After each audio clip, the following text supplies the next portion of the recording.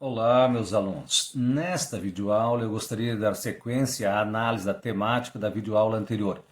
Ética, Política e Economia, a perversidade do capital. Parte 2. Conforme havia anunciado na videoaula anterior, nesta videoaula nós daremos ênfase ou destaque às relações de implicação entre os conceitos de ética, política e economia. Ora, para melhor compreendermos as relações que existem entre ética, política e economia, resulta necessária, a meu ver, uma análise da conjuntura atual. A ética não é fruto do exercício abstrato do pensamento. Ao contrário, a ética surge em confronto com a realidade, se constitui no embate crítico-reflexivo do pensamento sobre problemas e desafios que emergem da experiência histórica da humanidade. A vida humana constitui a fonte de onde brota o conteúdo ou a matéria que suscita a reflexão e a formulação de questões ou de problemas éticos.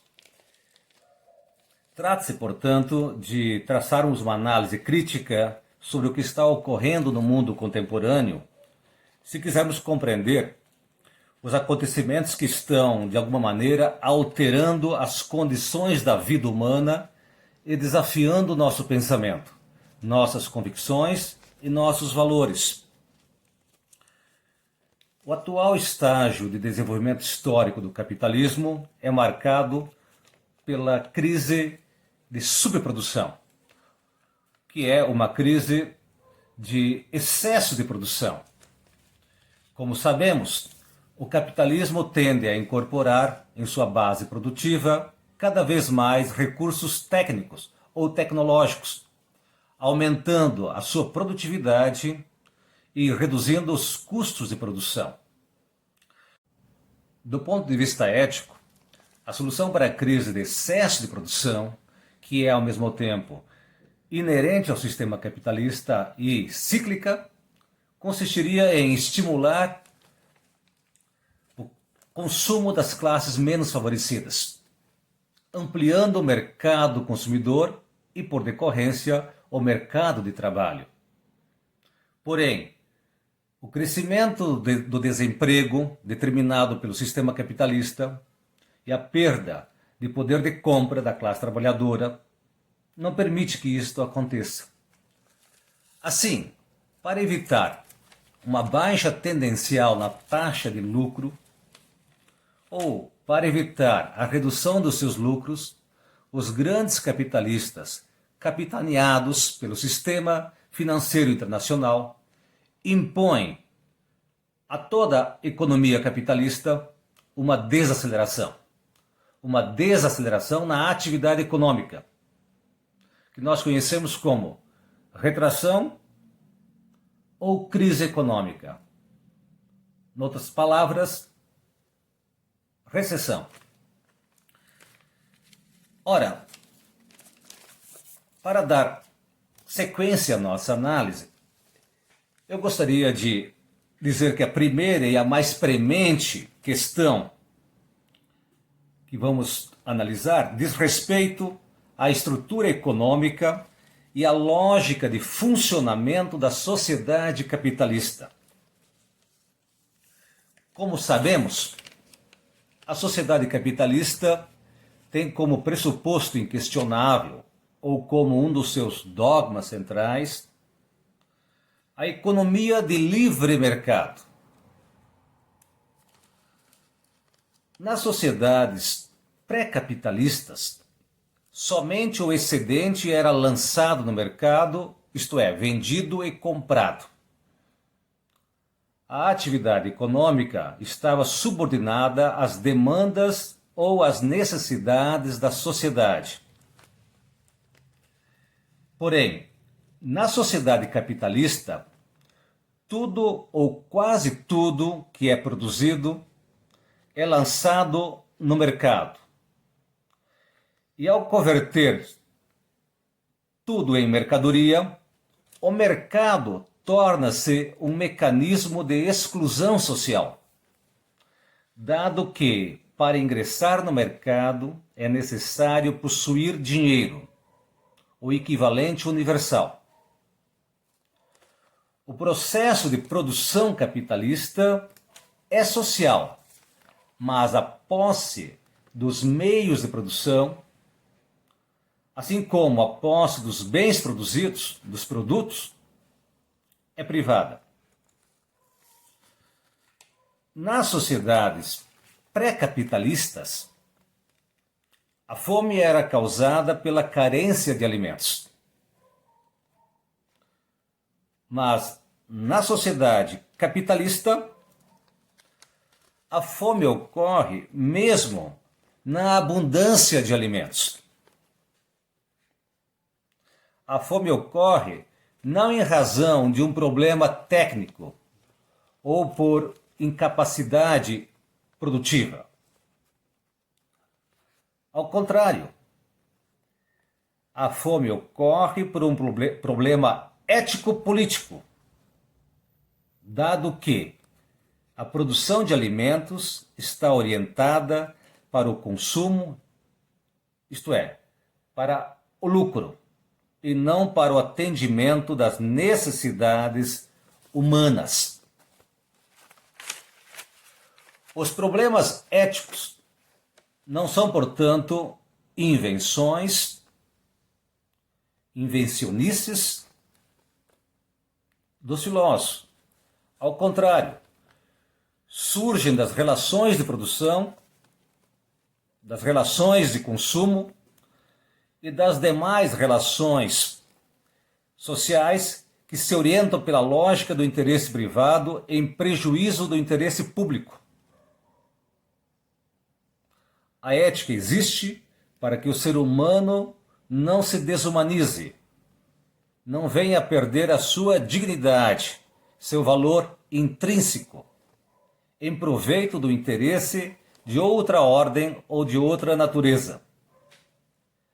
A ética existe para aperfeiçoar a vida humana, para desenvolver o ser humano. Por isso, a defesa da vida humana, sem querer falar aqui das outras formas de vida existentes, é o imperativo ético do nosso tempo, que se impõe ao pensamento filosófico de forma incondicional. Ao defender a vida humana enquanto bem inegociável, não mercadejável, que possui um valor que não é econômico, a ética nos faz ver que existem valores ou bens que não podem ser comercializados, trocados no mercado, submetidos à lógica do mercado, como, por exemplo, a verdade, a justiça, a liberdade, a bondade, a confiança, a amizade, resumidamente, a vida humana. Disso se segue que a introdução da ética na atividade econômica implica profundas mudanças nas relações de produção e de consumo, isto é, na estrutura econômica da sociedade. Por esta razão, parece um despropósito ou uma tentativa descabida pretender falar de ética nos negócios ou de uma ética do mercado. De igual modo, o questionamento ético da atividade política requer uma mudança na lógica de suas deliberações e decisões, isto é, na confecção de leis e na sua aplicação. Porém, enquanto a esfera política andar a reboque dos interesses econômicos, ao invés de atender interesses sociais, a atividade política na figura, entre aspas, do Estado-nação, será um negócio lucrativo para os financiadores das campanhas políticas de nossos falsos representantes. No debate político, ao que parece, não importam os argumentos. O que importa é a barganha, a negociação, a vantagem econômica ou financeira. Não importa a participação nem a decisão popular. Importa apenas o voto. Como se vê, portanto, a invasão da esfera pública pela esfera privada, a invasão do espaço público pelo espaço privado, transforma o Estado num balcão de negócios dos capitalistas ou das elites econômicas, tal como denunciara Marx. Portanto, a crítica ao capitalismo, o questionamento de seus pressupostos, requer uma reflexão filosófica que tem na ética, né, seu grande fundamento. Se contestamos ou recusamos a forma de sociabilidade ou a forma de sociedade imposta ou instituída pelo capitalismo, é porque este modelo de sociedade não pode assegurar a igualdade e a liberdade para todos os indivíduos. Ou melhor, é porque o capitalismo é um sistema econômico e social estruturalmente injusto e desumano, dado que o lucro está acima da vida humana, está acima de qualquer outro interesse. Seja como for, portanto, é sempre a partir de pressupostos éticos que podemos empreender uma crítica social e nos engajarmos na transformação da sociedade. É evidente que todos os pressupostos éticos devem ser submetidos à análise crítica. Mas quando a injustiça e os mecanismos de exploração e de dominação, de embrutecimento e de desumanização do ser humano estão postos, ou são produtos de um sistema econômico perverso, é preciso, então, denunciar e resistir criticamente. O filósofo tem um compromisso e uma responsabilidade não apenas com a verdade, mas com o bem comum e a justiça social. Resulta, desse modo, necessário analisar a atual configuração da sociedade capitalista se quisermos compreender, como eu disse, o papel da ética na economia e na política, enquanto instrumento crítico de denúncia contra as diferentes formas de manipulação ou de instrumentalização do ser humano. Ou seja, a fim de compreendermos os graves problemas éticos de nosso tempo, faz-se imprescindível voltar nosso olhar sobre a economia e a política. Ora, a famigerada crise econômica, alardeada aos quatro ventos, disseminada pela mídia e usada como chantagem política, é, como sabemos, de natureza artificial,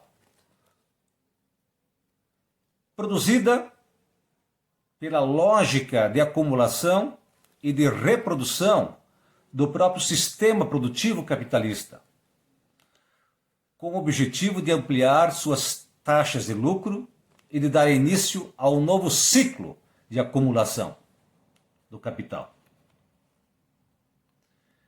A crise econômica é uma crise de superprodução e não o contrário, como poderíamos supor. Para enfrentar a crise que é inerente ao capitalismo e para evitar a queda tendencial da taxa de lucro, os capitalistas redirecionam seus investimentos para o mercado de ações e para a bolsa de valores, por serem mais lucrativos e mais seguros. Este capital improdutivo, especulativo e rentista deixa de gerar ou de criar empregos, de cumprir com sua função social, mas não deixa de lucrar, de aumentar seus lucros. Ou seja, a crise econômica se revela como uma crise de empregos, mas não como uma crise de lucratividade para o setor financeiro e para os grandes capitalistas. No capitalismo temos os pequenos, os médios e os grandes detentores do capital, o que faz com que os próprios capitalistas se digladiam entre si. O fechamento das atividades econômicas de determinadas empresas por falência exemplifica, por um lado, essa situação. Mas, por outro lado, a retração ou recessão econômica beneficia os grandes capitalistas ou investidores. A sociedade capitalista passou, ao longo de sua história, por muitas mudanças tecnológicas em sua base ou sistema produtivo, sem alterar a lógica de acumulação e de reprodução do capital, mantendo e ampliando, sob novas formas, a exploração da classe trabalhadora. A mais recente mudança tecnológica que o capitalismo está incorporando em sua base produtiva impõe aos trabalhadores pesados sacrifícios. A reestruturação produtiva, assim denominada, que consiste em incorporar novas tecnologias ao sistema produtivo capitalista, submete de forma ainda mais brutal e totalitária os avanços da revolução da informática, da eletroeletrônica, da microeletrônica, da tecnologia de um modo geral, como por exemplo da biotecnologia, da biomedicina, da bioquímica, dentre outras tecnologias, aos imperativos do capital e do lucro. Submete o trabalhador, de forma ainda mais brutal e desumana, aos imperativos do capital e do lucro.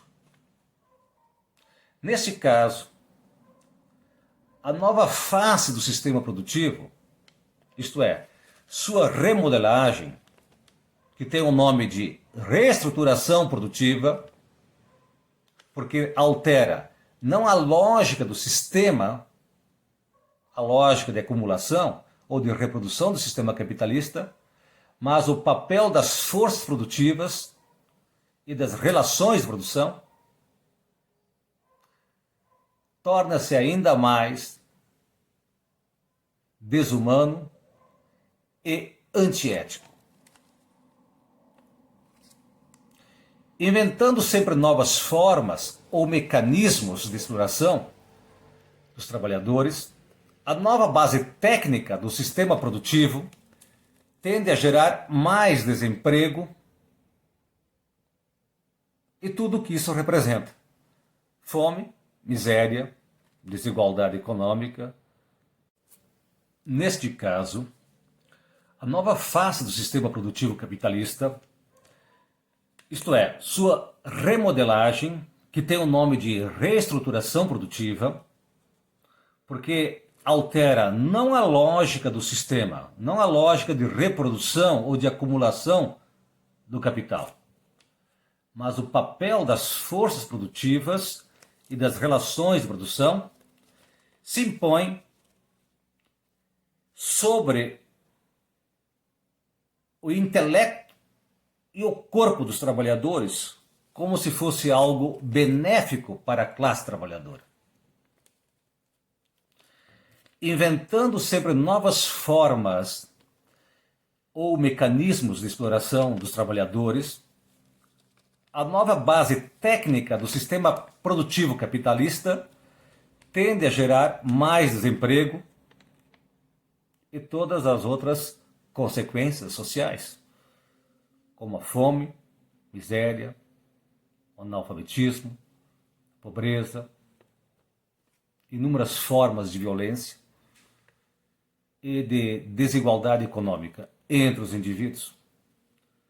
Porque a mecanização, a automatização e a informatização tendem a dispensar mão de obra. A substituição do homem pela máquina gera cada vez mais desemprego, que é, em si, um problema social, isto é, um problema ético.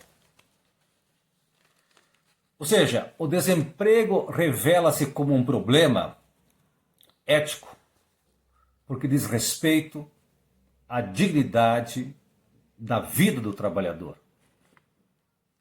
O trabalho é a condição pela qual o ser humano pode, de alguma maneira, produzir a sua própria existência, produzir a sua existência material e, ao mesmo tempo, se desenvolver ou se aperfeiçoar como pessoa. Nesse sentido, a perversidade do capital não consiste apenas em negar o direito ao trabalho à classe trabalhadora, mas em cinicamente imputar aos trabalhadores a causa do desemprego pela carência de qualificação ou de capacitação técnica. Os conceitos de empregabilidade e de empreendedorismo são, a meu ver, falsos ou ilusórios, porque se apoiam sobre uma situação fictícia, irreal, que consiste em responsabilizar o trabalhador por seu fracasso econômico e nunca o sistema capitalista. Aumenta-se, deste modo, a mais-valia absoluta, que consiste em incorporar ao sistema produtivo novas tecnologias mais eficientes, capazes de aumentar a produtividade e a lucratividade e de baratear os custos de produção sem aumentar os empregos. Por outro lado, dado que o trabalhador tem limites físicos e psicológicos intransponíveis, que não permitem estender a jornada de trabalho além de um limite aceitável ou humanamente aceitável, os capitalistas expropriam o trabalhador, agora, redefinindo o conceito de mais-valia relativa, através daquilo que nós chamamos de acumulação flexível e da mão de obra multifuncional.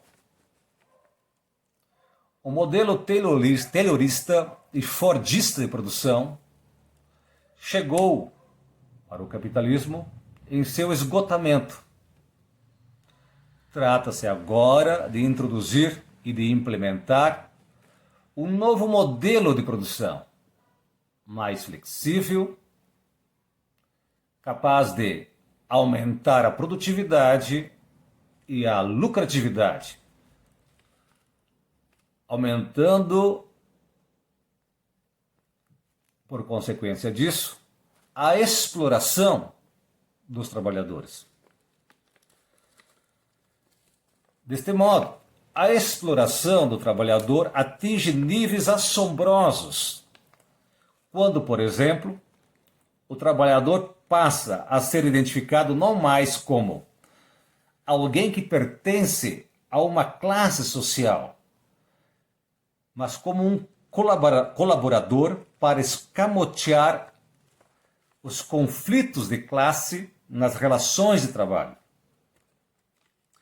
Se no modelo fordista, taylorista, o trabalhador é expropriado no corpo e na mente, na linha de montagem, pela produção em série,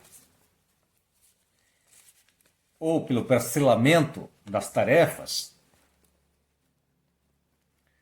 o que acarreta um embrutecimento ou um estreitamento, atrofiamento da sua inteligência, através da fragmentação do pensamento, que o impede de superar o estranhamento entre o seu trabalho e o produto do seu trabalho.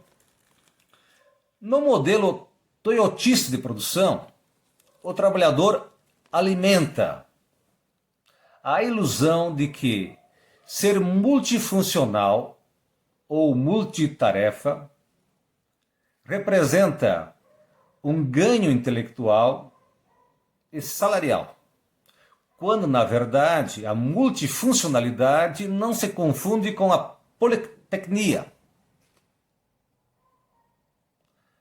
Ao realizar tarefas de outros trabalhadores, o trabalhador recebe, ao término do mês, um salário apenas, embora tivesse realizado inúmeras tarefas.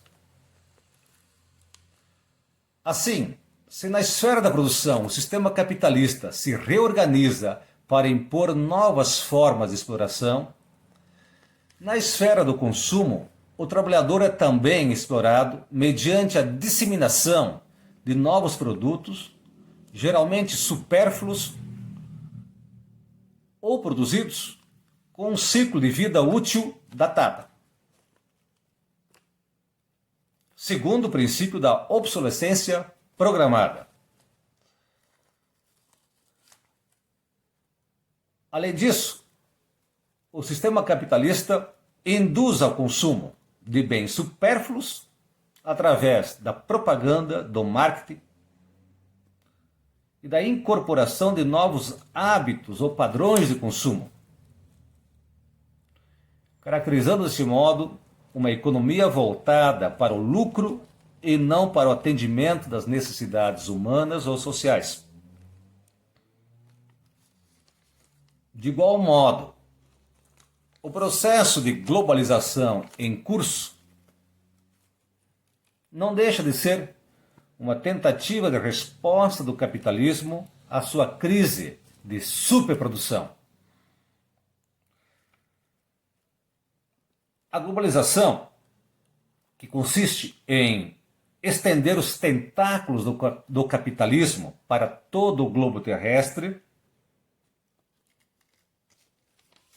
tem múltiplas dimensões. Impõe uma relação de dominação dos países do centro do sistema capitalista sobre os países da periferia do sistema, que consiste em transformá-los, segundo a nova divisão internacional do trabalho, entre aspas, nova ordem mundial, em mercados importadores e consumidores de produtos manufaturados e de tecnologia, ao mesmo tempo em que se tornam exportadores de matéria-prima, reproduzindo relações de dependência e de subserviência. Assiste-se, deste modo, a um processo crescente de desindustrialização e de desnacionalização das empresas, através da implantação de multinacionais que são oligopólios.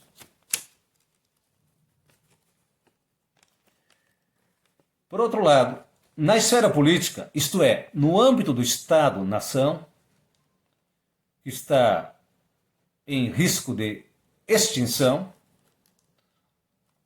o que se vê é um processo de desmonte e de desaparelhamento dos órgãos públicos, reduzindo drasticamente seu papel social na elaboração de políticas públicas. Aliado a isso, a ideologia neoliberal que sustenta essa concepção de Estado impõe novas e pesadas atribuições e pesados sacrifícios à classe trabalhadora, a fim de assegurar poupudos lucros à classe capitalista.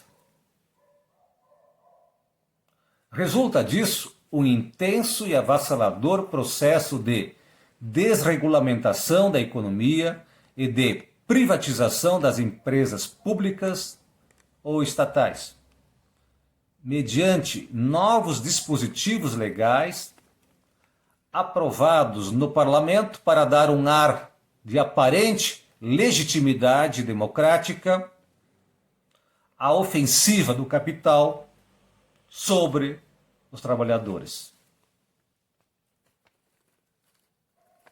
Assim, a voracidade sem limites do capital não só ameaça e destrói a soberania nacional, a soberania de um povo,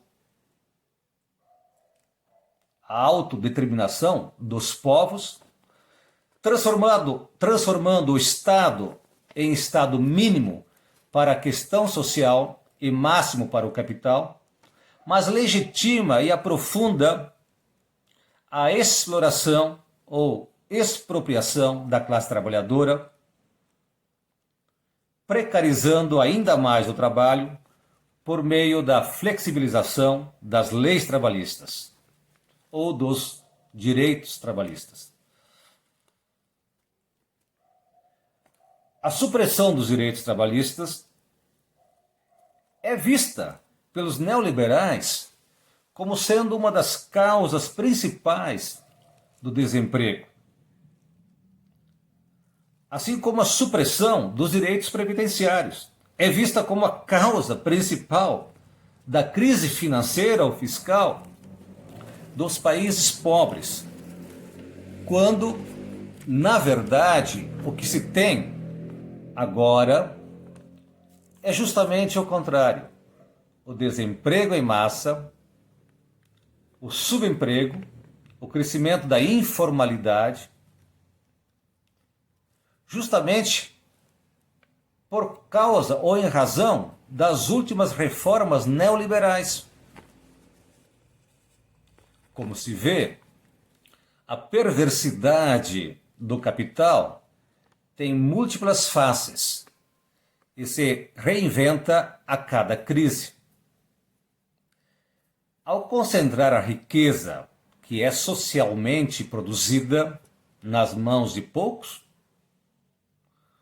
o capitalismo condena a fome e a morte, ou ao desespero existencial, por falta de condições econômicas de sobrevivência, milhões ou bilhões de seres humanos. Porém, movidos por um falso princípio ético, denominado de individualismo possessivo, isto é, de que o homem é egoísta por natureza. Os defensores do capitalismo desprezam ou desconsideram as diferenças que existem entre igualdade de oportunidades e igualdade de condições entre os indivíduos de uma mesma sociedade. É falsa a ideia de que todos os indivíduos na sociedade capitalista são iguais do ponto de vista social, político, econômico e jurídico. A causa da explicação da fome, da pobreza, da miséria, dentre tantos problemas sociais, não está primeiramente no indivíduo, mas principalmente na estrutura econômica da sociedade capitalista, que é perversa e desumana.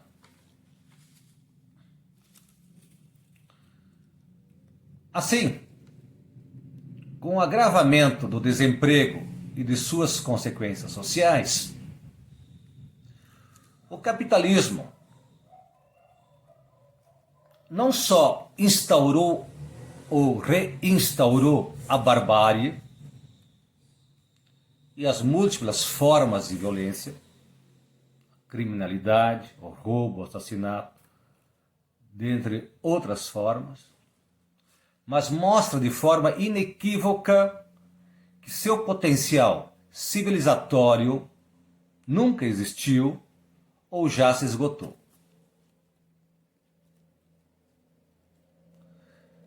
O capitalismo destrói, portanto, não apenas os direitos sociais, mas os direitos trabalhistas, os direitos humanos fundamentais. Destrói, ao mesmo tempo, o meio ambiente por sua sanha ou fúria descontrolada.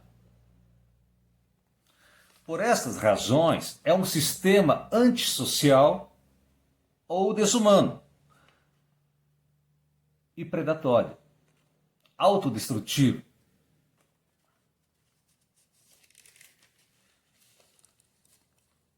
Nesse sentido, arrisco dizer que a sociedade capitalista não passa de um simulacro de sociedade, dado o fato de que os interesses privados se sobrepõem aos interesses públicos.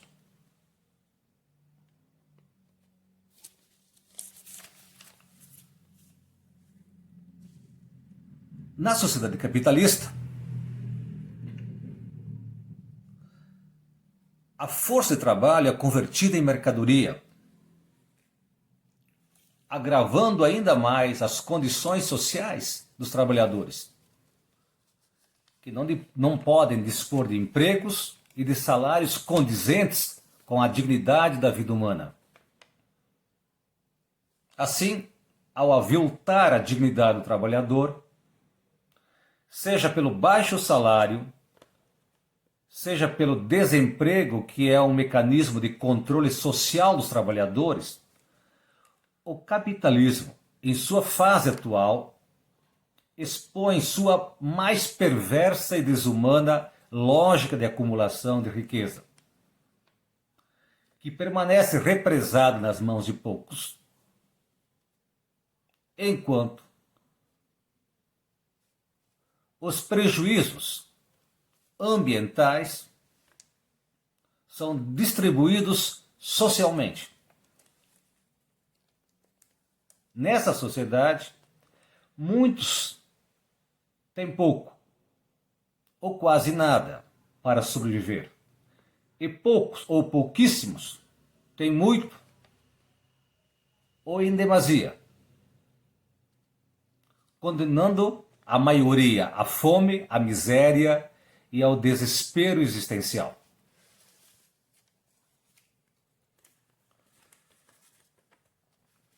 Não é à toa, ou sem razão, que a partir da década de 70 do último século, o capitalismo exacerbou a exploração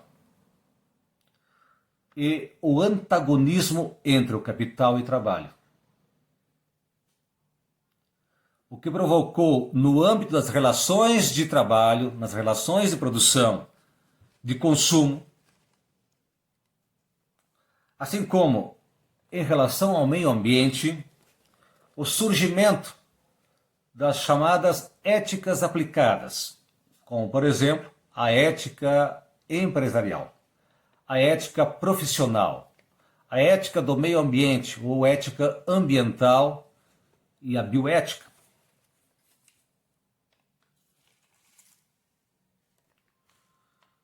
Ora, o sistema capitalista é incapaz de assegurar a sustentabilidade ambiental que apregoa, ou que preconiza, ou diz defender, porque é intrinsecamente predatório e insustentável. O sistema capitalista é igualmente incapaz de assegurar a prosperidade econômica para todos, porque se sustenta sobre a desigualdade econômica. É incapaz de promover a justiça social, porque produz o seu inverso, a exclusão social. Por isso é perverso, cruel e desumano. Isto é, antiético. O sistema capitalista é, portanto, um sistema econômico eticamente indefensável, dado que é incapaz de resolver os problemas que cria ou que gera. A crise sanitária instaurada pela Covid-19 expôs de forma flagrante, incontestável e de modo cruel o conflito de classes que está à base da sociedade capitalista, ao preconizar como mais importante a preservação da economia, isto é, dos negócios, do lucro, que a preservação da vida dos seres humanos, dos trabalhadores. O que faz supor que são vistos os seres humanos, enquanto trabalhadores, por muitos governantes e pelos capitalistas, apenas como força de trabalho, como mão de obra, e não como de fato são, seres humanos. Assim, se quisermos uma economia que esteja a serviço da sociedade, das reais necessidades humanas, e uma política a serviço da vida de todos os cidadãos, ou de todos os seres humanos, a serviço do bem comum, então será necessário reintroduzir a ética no debate político e na vida econômica. Porém, isso não se faz sem profundas mudanças na forma de conceber o homem, a sociedade, a economia e o poder político. Será necessária uma profunda transformação na forma de organizar, sobretudo, o poder econômico e o poder político. A ganância e a ambição desmedida não podem ser o motor da vida em sociedade. A relação entre política e economia determina em grande medida a possibilidade ou a impossibilidade da ética, da vida humana, da humanização do homem. Ou, seu contrário, a sua desumanização. Por isso, gostaria de encerrar lançando ou deixando 3 questões para a nossa reflexão. A primeira delas consiste em saber por que o sistema capitalista, embora seja eficiente em produzir, é ineficiente em distribuir socialmente os bens que produz. Uma segunda questão para nossa reflexão pode ser assim expressa: quais implicações éticas decorrem do processo de globalização econômica da implantação de reformas neoliberais e da reestruturação produtiva do sistema econômico capitalista. E uma terceira, porque o progresso tecnológico e a divisão técnica do trabalho intensificaram a exploração e a exclusão social dos trabalhadores pelos capitalistas. Encerro assim esta videoaula, mas aguardo vocês para a próxima. Até lá!